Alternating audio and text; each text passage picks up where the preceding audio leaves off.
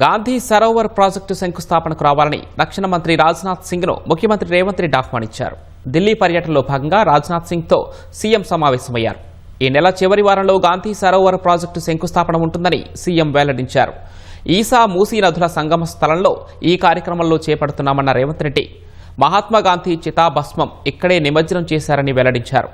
మూసీ పునరుజ్జీవ ప్రాజెక్టులో భాగంగా గాంధీ సరోవర్ ప్రాజెక్టు కడుతున్నామన్న రేవంత్ రెడ్డి బాపు ఘాట్ను ప్రపంచ స్థాయి విద్యా సంస్కృతి ఆధ్యాత్మిక పర్యావరణ చిహ్నంగా నిలుపుతామని వెల్లడించారు. ఇవాళ కేంద్ర మంత్రి రామ్మోహన్ నాయుడుతోనూ సీఎం భేటీ కానున్నారు.